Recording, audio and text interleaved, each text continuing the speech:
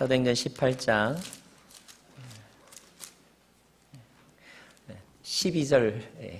12절부터의 말씀, 12절부터 22절까지의 말씀 같이 좀 나누겠습니다.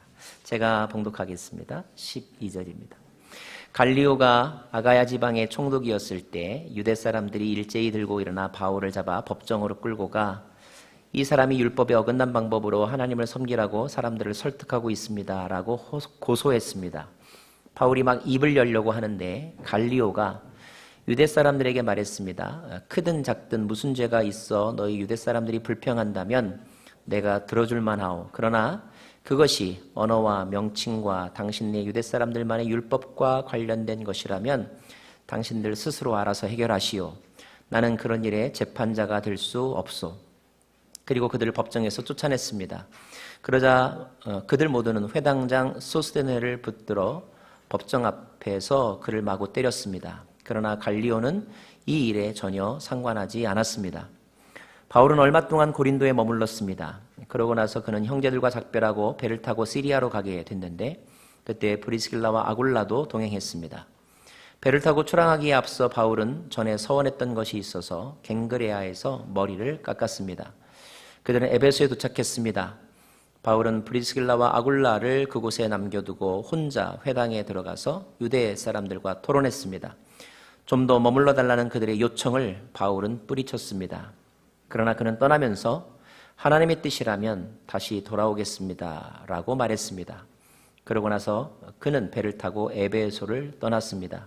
그는 가이사랴에 도착해서 예루살렘 교회에 올라가 인사한 뒤 안디옥으로 내려갔습니다. 22절 말씀까지 함께 봉독했습니다. 한 번 더 기도하겠습니다. 성경의 역사는 지금도 하나님에 의하여 진행되고 있는 줄로 믿습니다. 오늘 이 말씀을 읽을 때 우리에게 깨달아 알 수 있는 지식과 지혜의 영을 주십시오. 또 마음속에 새기고 우리의 삶에 적용할 수 있는 의지를 주십시오.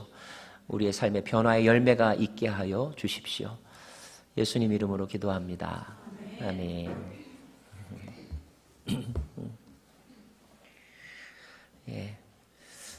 바울의 전도 여행 계속 살펴보고 있지요.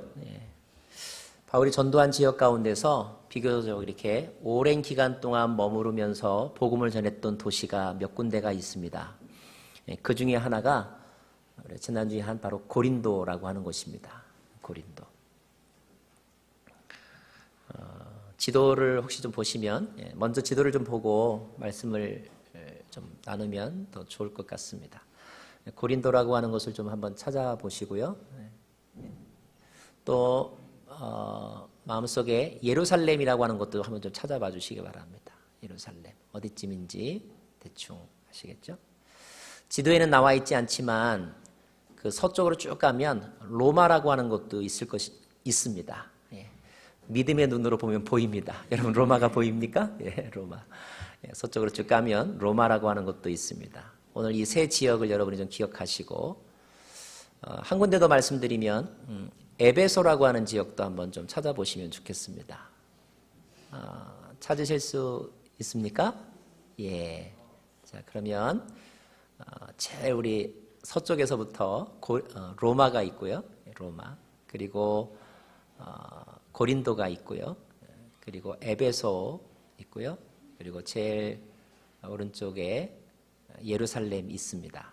머릿속에 좀 사진으로 찍어 두시고 그리고 기억하면서 말씀 들었으면 좋겠습니다. 고린도는 고대 그리스의 도시국가 중에 하나입니다. 스파르타, 아테네, 고린도 다 도시국가들이죠. 바울은 이곳에서 약 1년 6개월 이상 그래서 머물면서 복음을 전하고 말씀을 가르쳤습니다. 집 떠나면 고생이란 말이 있잖아요. 바울도 힘들었을 것입니다. 더군다나 그가 지금 머물고 있는 것은 자기의 고향 땅 다소가 아니고요. 자기의 조국 또 예루살렘도 아닙니다. 그가 있는 이 고린도라고 하는 곳은 아시아 대륙이 아니고 지금으로 치면 유럽 대륙에 속해 있는 곳입니다. 옆집 옆 도시만 가도 문화와 풍습이 달라서 분위기가 다르죠. 유럽은 아시아와 문화가 다르고 사람들의 생각도 많이 달랐습니다. 영적으로는 많이 눌림이 있었죠. 바울이 아마 매우 힘들었던 것 같습니다. 지쳤고요. 때로는 두려움을 많이 느끼기도 했습니다. 그만두고 싶을 때가 많았습니다. 그런데 그럼에도 불구하고 그는 고린도에서 미니멈 1년 6개월, 아니 그 이상 동안 머무르면서 말씀을 전했는데 그렇게 했던 동기가 무엇이었을까? 지난주에 우리가 함께 배웠잖아요. 말씀으로 하면 9절 말씀이기도 한데 제가 여러분에게 한 번 더 읽어드리죠. 하나님께서 바울에게 찾아오셔서 이렇게 말씀하셨습니다. 두려워 마라. 잠잠하지 말고 말하여라. 내가 너와 함께 있으니 아무도 너를 해치지 못할 것이다. 이 도시에는 내 백성이 많다. 이것이 이제 하나님의 말씀이었습니다. 여러분 그거 아세요? 우리가 말씀을 지키는 것이 아니라 말씀이 우리를 지켜주십니다. 말씀이 우리를 살리는 거죠. 그런데 이렇게 두려워 말라. 교회에서 많이 하는 말이잖아요. 이런 말은 단지 이렇게 어떤 사람의 마음을 격려하는 그런 의미만 있는 것일까? 립서비스일까? 아니면 실제로 근거가 있고 또 일어나는 말씀일까? 지난주 말씀에 오면 하나님은 바울에게 고린도에는 내 백성이 많다 이렇게 말씀하셨거든요. 하나님의 백성이 많다 이렇게 말씀하셨어요. 아마 이런 말씀을 들으면 그들 어디 있는데요? 아마 이렇게 다시 질문하고 싶은 그런 심정이 들 것입니다. 하나님의 백성이 도대체 어디 있다는 말인가? 지금 내 옆에 있는 바울 옆에 있는 여러분 바울 옆에 누가 있는지 아세요? 실라라고 하는 사람도 있고 디모데라는 사람도 있고 누가라고 하는 사람도 있습니다. 이 사람들을 가리키는 말일까? 그럴 수 있습니다. 그들도 하나님의 백성이죠. 아니면 바울이 복음을 전할 때 그 복음을 열심히 듣고 마음을 열고 그리고 예수를 영접하는 사람들을 일컫는 말일까? 그럴 수 있습니다. 실제 고린도에는 그렇게 복음을 전할 때 말씀을 듣는 사람들이 있었습니다. 훗날 바울이 쓴 고린도 전서나 후서, 고린도 교회에 보낸 편지를 보면 고린도 교회에는 성령을 체험한 사람들이 많았어요.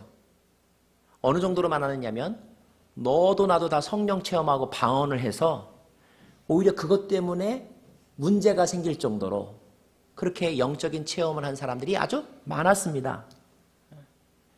그들도 하나님의 백성들이죠. 하나님이 그들을 두고 하신 말씀일까? 또 그럴 수 있습니다.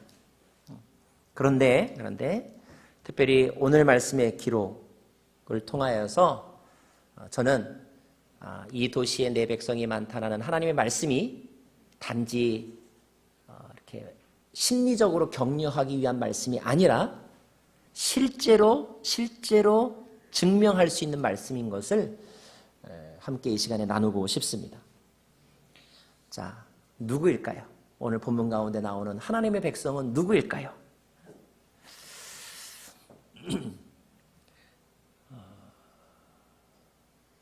우리 먼저 12절과 우리 13절 말씀을 좀 같이 보겠습니다. 제가 12절을 읽죠.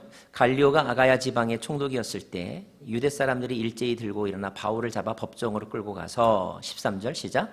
이 사람이 율법에 어긋난 방법으로 하나님을 섬기라고 사람들을 설득하고 있습니다. 라고 고소했습니다. 먼저 갈리오라고 하는 사람이 나옵니다. 갈리오는 아가야 지방의 총독입니다. 여러분 고린도는 시티의 이름이고 아가야는 그 지역의 이름입니다. 그러니까 고린도는 아가야 지방에 있는 한 도시가 고린도라는 뜻입니다. 그 아가야 지방의 총독이 갈리오인데 이 갈리오는 여러분이 아는 이름 네로 황제의 가정교사였던 사람입니다. 그가 지금 이제 총독이 되어서 아가야 지방에 와 있습니다. 숫자로는 AD 약 51년경의 일입니다. AD 약 51년경의 일입니다. 그런데 그때 어떤 일이 있었느냐 하면 유대 사람들이, 다시 말하면 고린도에 사는 유대 사람들이 바울을 괴롭히다가 바울을 법정에 고소했습니다. 그 고소한 사건이 총독 앞에까지 온 것입니다. 자, 어떤 법률적인 문제가 총독에게까지 올라갈 정도이면 그 문제는 이미 오래되었고 많은 사람들이 아는 사회적인 문제가 되었다라는 것을 뜻하겠죠. 우리가 뭐 옆집 사람하고 싸운 거 가지고 대통령한테까지 가지는 않지 않습니까? 그러니까 이 유대인들과 바울 또는 바울과 함께하는 크리스찬들, 이들 사이에 이 분쟁이 사회적인 문제가 될 정도였다, 이런 뜻입니다. 자, 그러면 이 갈리오는 이 사건을 어떻게 처리했을까요? 뭔가 결정을 내려줘야 되죠. 자, 그 갈리오의 반응이 14절부터 나와 있는데 14절, 15절, 16절 제가 먼저 읽겠습니다. 바울이 막 입을 열려고 하는데 갈리오가 유대 사람들에게 말했습니다. 크든 작든 무슨 죄가 있어 너희 유대 사람들이 불평한다면 내가 들어줄만 하오. 그러나 그것이 언어와 명칭과 당신네 유대 사람들만의 율법과 관련된 것이라면 당신들 스스로 알아서 해결하시오. 나는 그런 일에 재판자가 될 수 없소. 이게 무슨 뜻입니까? 재판관 앞에 문제를 가져오면 결정을 내려줘야 되는데 갈리오가 결정을 내리지 않고 이거를 회피한 것입니다. 이것은 재판관으로서는 해서는 안 되는 일이죠.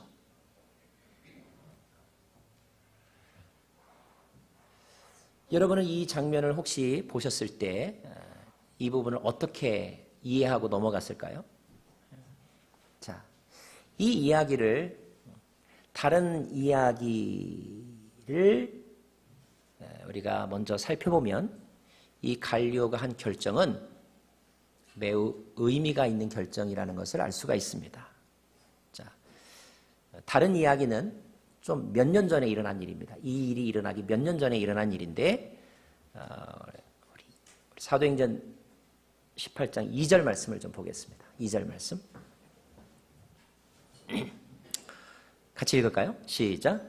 그곳에서 그는 아골라라는 유대 사람을 만났습니다. 그는 본도에서 출생한 사람인데 유대 사람들은 모두 로마를 떠나라는 클라우디오 황제의 칙령 때문에 얼마 전 자기 아내 브리스길라와 함께 이탈리아에서 내려온 것입니다. 아골라와 브리스길라라고 하는 사람이 있었습니다. 이 사람들은 원래 태어난 곳은 본도, 지금의 불가리아 지방입니다. 그런데 살던 곳은 로마입니다. 로마에서 살고 있었어요. 근데 로마에서 살고 있던 그때의 황제는 클라우디우스 황제였습니다. 클라우디우스 황제. 그런데 클라우디우스 황제가 어느 날 이런 명령을 내렸습니다. 로마에 사는 모든 유대인들은 다 로마를 떠나라. 왜 그랬을까요? 다른 기록에 의하면, 로마의 역사 기록에 의하면 당시에 로마에 사는 유대인들이 살고 있었는데 유대인들 사이에 분쟁이 일어났습니다. 근데 그 분쟁은 그리스도를 믿는 사람들과 그리스도를 믿지 않는 유대인들, 그리스도를 믿는 유대인들과 그리스도를 믿지 않는 유대인들 사이의 분쟁이었습니다.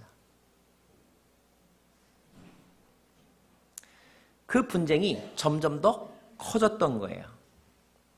어느 정도냐? 로마 황제가 알 정도가 되었습니다. 로마 황제의 입장에서는 자기 땅에서 유대인들이 지금 싸우고 있는 거예요. 자기들끼리. 만약에 여러분의 집에 어떤 손님이 왔는데 밥 먹고 나서 이야기하다가 정치 얘기를 했는데 정치 이야기를 하다가 여당과 야당이 되어서 가끔 싸우기도 하잖아요. 자, 근데 그것이 말로 싸우는 거로 끝나지 않고 큰 소리를 지르고 몸싸움까지 했다면 아마 주인의 입장에서는 너무 당혹스럽겠죠. 뭔가 해결해야 되겠죠. 클라우디오 황제가 아주 기가 막힌 결정을 합니다. 그 결정이 뭐냐면 이거였어요. 다 나가! 이거였어요. 로마에 사는 유대인들 다 나가! 시끄러 다 나가! 이것이 클라우디오 황제의 결정이었습니다. 그 결정이 내려진 해가 AD 49년입니다. AD 49년. 그래서 그 결정 때문에 로마에 살고 있었던 모든 유대인들은 하루아침에 그곳을 떠날 수밖에 없었습니다. 어떤 기록에 의하면 그 당시에 로마에는 약 8천여 명 정도의 유대인들이 살고 있었다고 합니다. 그 모든 사람들이 하루아침에 다 떠났어야만 했는데 그 떠난 사람 가운데 한 사람이 바로 브리스길라와 아굴라였던 것입니다.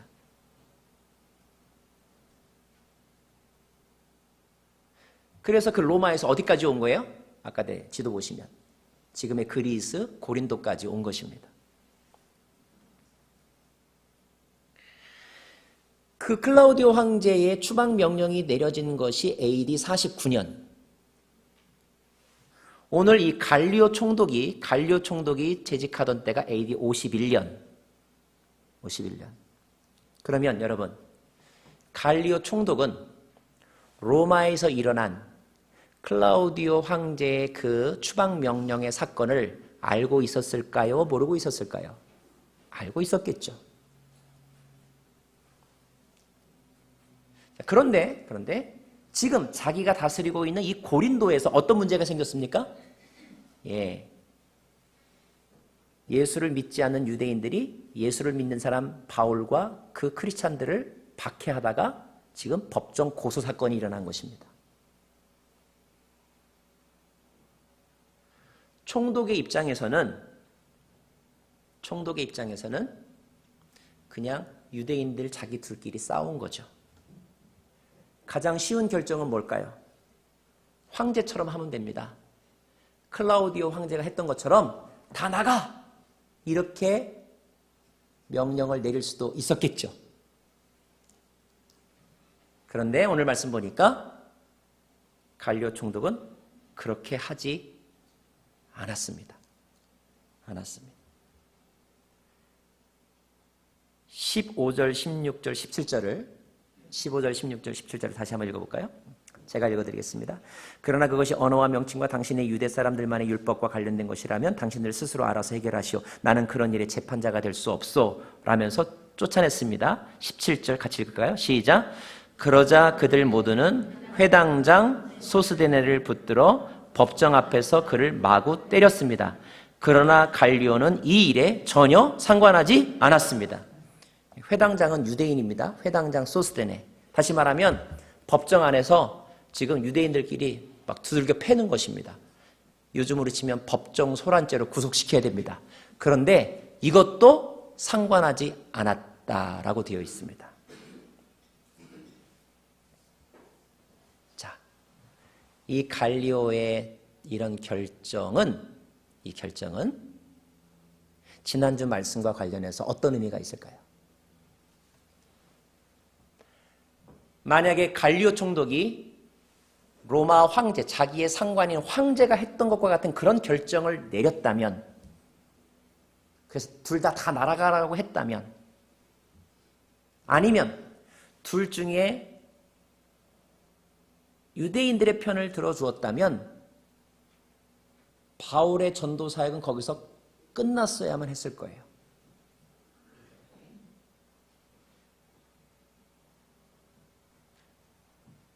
그런데 갈리오의 이런 결정 때문에 바울은 1년 6개월, 아니 그 이상 고린도에 머물면서 복음을 전할 수 있었던 것입니다. 하나님이 이렇게 말씀하셨죠? 잠잠하지 말고 말하여라. 이 말씀을 하실 때 하나님은 바울이 복음 전할 수 있는 상황도 만들어가고 계신 것입니다.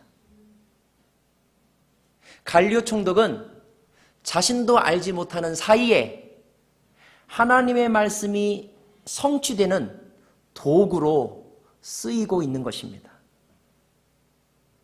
사랑하는 여러분, 누가 하나님의 백성일까요?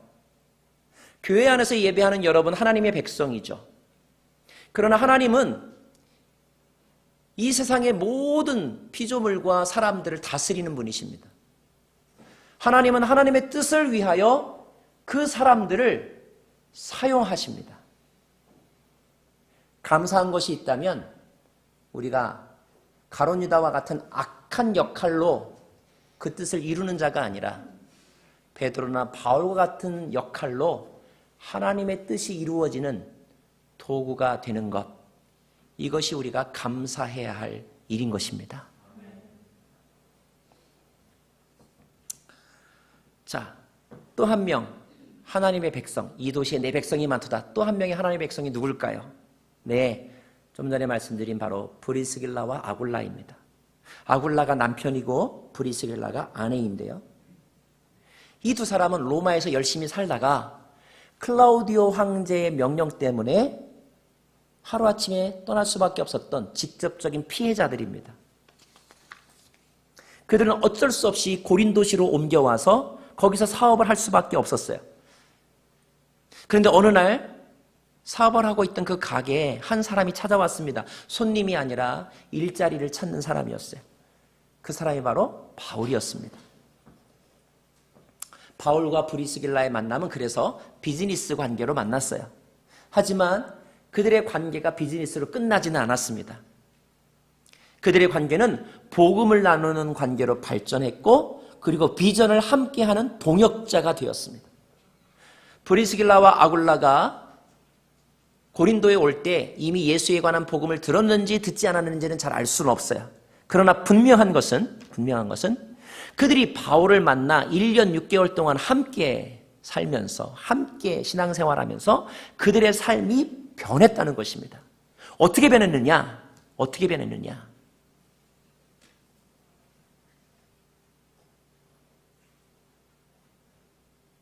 18절 말씀을 같이 보겠습니다. 시작. 바울은 얼마 동안 고린도에 머물렀습니다. 그러고 나서 그는 형제들과 작별하고 배를 타고 시리아로 가게 됐는데 그때 브리스길라와 아굴라도 동행했습니다. 바울이 이제 사역을 마치고 떠나려고 할 때 그들에게 이렇게 말했겠죠.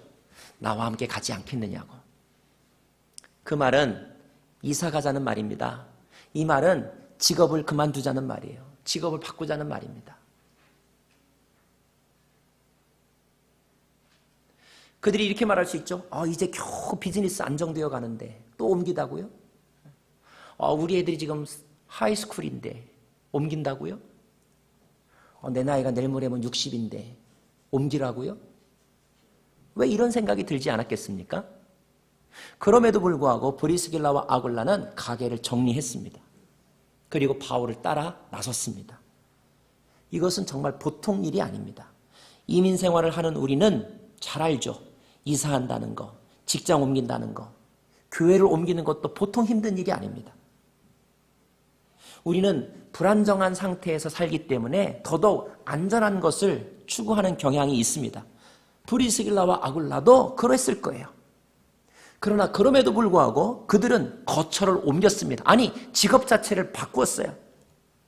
로마에서 고린도로 올 때는 황제의 추방 명령 때문에 어쩔 수 없이, 그래서 비즈니스 때문에 왔지만, 그러나 이제 이 고린도에서 떠날 때는 복음 때문이었고 선교 때문이었습니다. 이것은 자신의 것을 내려놓지 않으면 절대 할 수 없는 일이죠. 먼저 그의 나라와 그의 의를 구하는 기도를 드리지 않으면 결코 할 수 없는 일, 그런 일을 브리스길라와 아굴라가 한 것입니다. 제가 온누리교회에서 가장 행복하고 자랑스럽게 생각하는 것은, 온누리교회는 주님을 만난 후에, 훈련을 받은 후에 직업을 바꾸고 사는 것을 바꾸고 헌신한 분들이 너무너무 많다는 거예요. 우리 금경현 목사님도 마찬가지죠. 원래 사회생활 하시던 분이 은혜 받고 훈련 받고 목회자의 길에 들어서셨잖아요. 우리는 그런 사람을 하나님의 사람이라고 말하죠. 하나님의 백성이라고 말하는 것입니다. 뭐 꼭 그렇게 살지 않으셔도 돼요. 그러나 그렇게 살지 않을 거면 우리가 하나님의 백성이라고 그렇게 말하면서 살지는 말아야 되죠. 우리는 말씀을 배우고 우리는 훈련을 받습니다. 우리도 그렇게 변해야 합니다. 나 중심에서 하나님 중심으로, 여기에서 땅끝으로, 안전지대에서 지시할 땅으로 옮길 수 있는 그런 믿음, 그런 용기, 그것이 바로 하나님의 백성의 특징이죠. 하나님의 백성이라면 그렇게 할 수 있어야 하는 것입니다.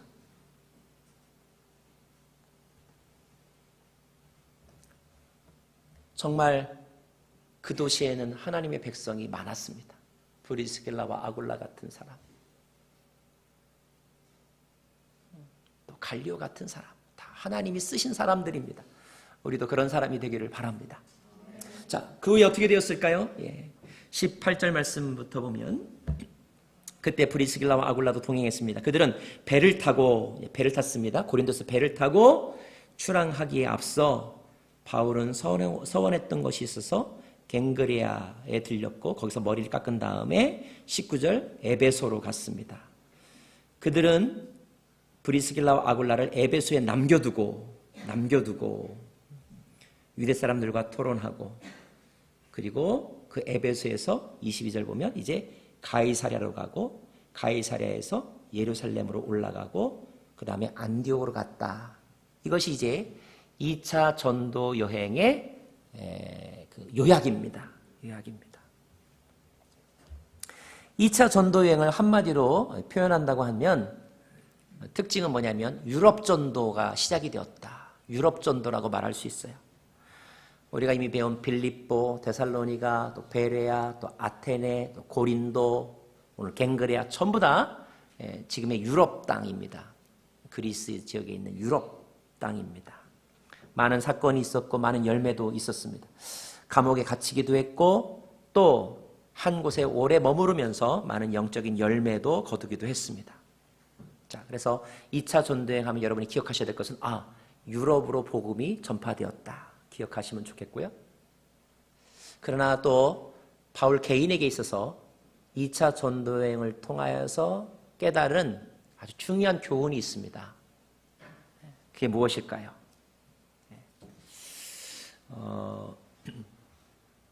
20절 말씀부터 보겠습니다. 20절. 제가 19절부터 읽을게요. 그들은 에베소에 도착했습니다. 바울은 브리스길라와 아굴라를 그곳에 남겨두고 혼자 회당에 들어가서 유대 사람들과 토론했습니다. 자, 20절 시작. 좀 더 머물러 달라는 그들의 요청을 바울은 뿌리쳤습니다. 21절. 그러나 그는 떠나면서 하나님의 뜻이라면 다시 돌아오겠습니다 라고 말했습니다. 바울 개인에게 있어서 굉장히 중요한 표현이 하나가 나옵니다. 그것이 무엇이냐면 하나님의 뜻이라면,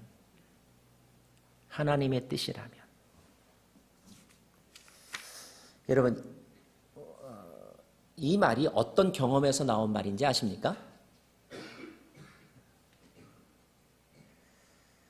살면서 깨닫는 것이 있어요. 뭐냐면 계획이 중요하지만 모든 일이 계획대로 되지는 않는다는 것. 계획을 세우는 것은 사람이지만 계획을 완성하는 것은 사람이 아니라는 것. 적어도 내가 아니라는 것. 하나님이라는 것. 바울은 그것을 깨달은 거예요. 어디서 깨달았는지 아세요, 여러분? 드로아에서 깨달았죠. 오늘 말씀에 갱그레아에서 머리를 깎았다는 말이 나옵니다. 여러분 이게 무슨 뜻인지 아세요? 서원했던 것 때문에 머리를 깎았다 이런 말이 나오는데, 원래 유대인들 중에는 태어나면서부터 하나님 앞에 헌신된 지파, 그 사람들 바로 레위 지파 사람들이죠.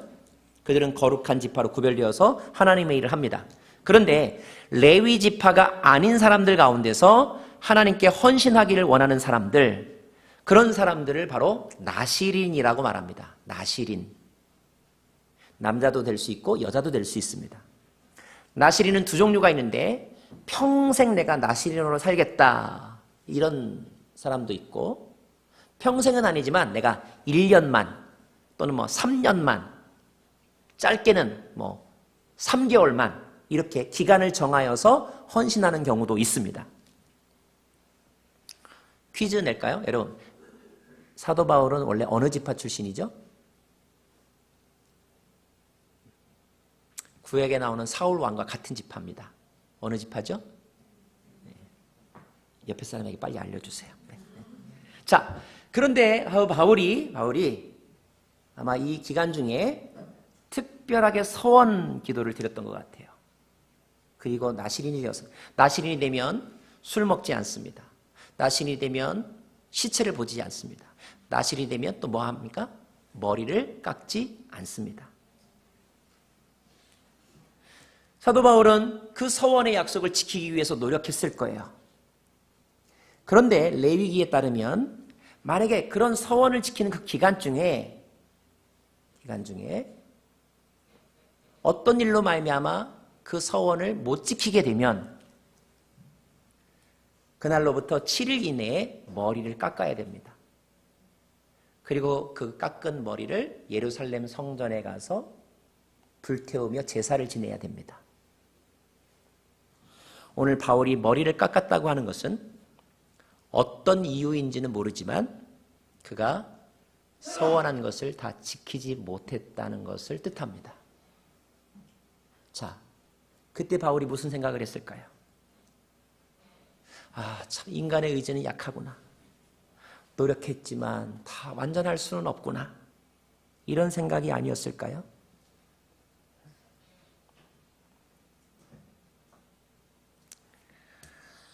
특별히 그가 고린도에서 사역을 마치고 간 곳이 여러분 어딘지 아십니까?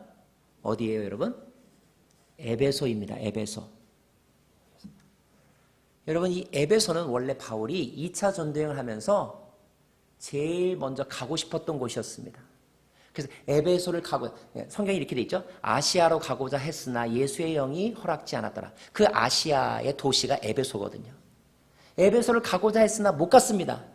그래서 무시아를 지나 비두니아로 가고자 했으나 거기도 못 갔습니다. 계획대로 안 된 거예요. 결국 드로아에 있었죠. 그때 바울이 깨달은 것, 아무리 내가 좋은 뜻을 가지고 있어도 하나님의 뜻이 아니면 안 되는구나. 안 되는구나. 놀라운 것은요, 여러분, 놀라운 것은 그런데 고린도에서 1년 반 사역을 마치고 그가 지금 다시 어딜 갔다는 거예요? 에베소를 갔다는 것입니다. 어떤 마음이 들었을까요? 내가 그때 그렇게 오려고 했었는데 그때 못 왔어요. 이제 왔네요. 이런 생각을 했겠죠. 우리는 여기서 또 한 가지 중요한 교훈을 얻습니다. 뭘까요? 하나님은 처음에 그의 길을 막으셨지만 오늘 그를 에베소에 가게 하셨습니다. 사랑하는 여러분, 지금 여러분의 길을 막으셨다고 해서 그것이 완전히 막으신 것이라고만 생각하지는 마십시오. 만약에 그 소원이 필요한 일이었다면 언젠가 그 소원을 이루게 하실 것입니다. 그렇다면 우리는 이렇게 질문할 수 있죠. 왜 그때는 안 되고 지금 하게 해주느냐? 물론 우리는 그 이유를 알 수는 없습니다. 때와 기한은 하나님께 속해 있는 것이니까요. 그러나 아마도 우리는 이렇게 믿을 수 있습니다. 그때는 지금보다 더 중요한 다른 일이 있었을 것이다.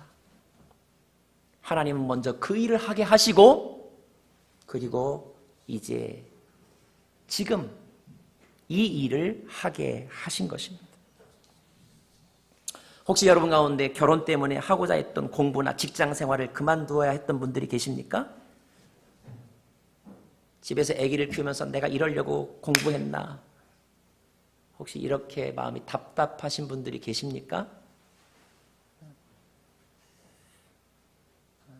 그러나 만약 여러분이 계속하여 소원한다면, 그리고 그 소원이 하나님의 뜻에 맞는 것이라면 하나님은 그것을 할 기회를 여러분에게 반드시 주실 것입니다. 중요한 것은 모든 일을 억지로 하지 않는 것입니다.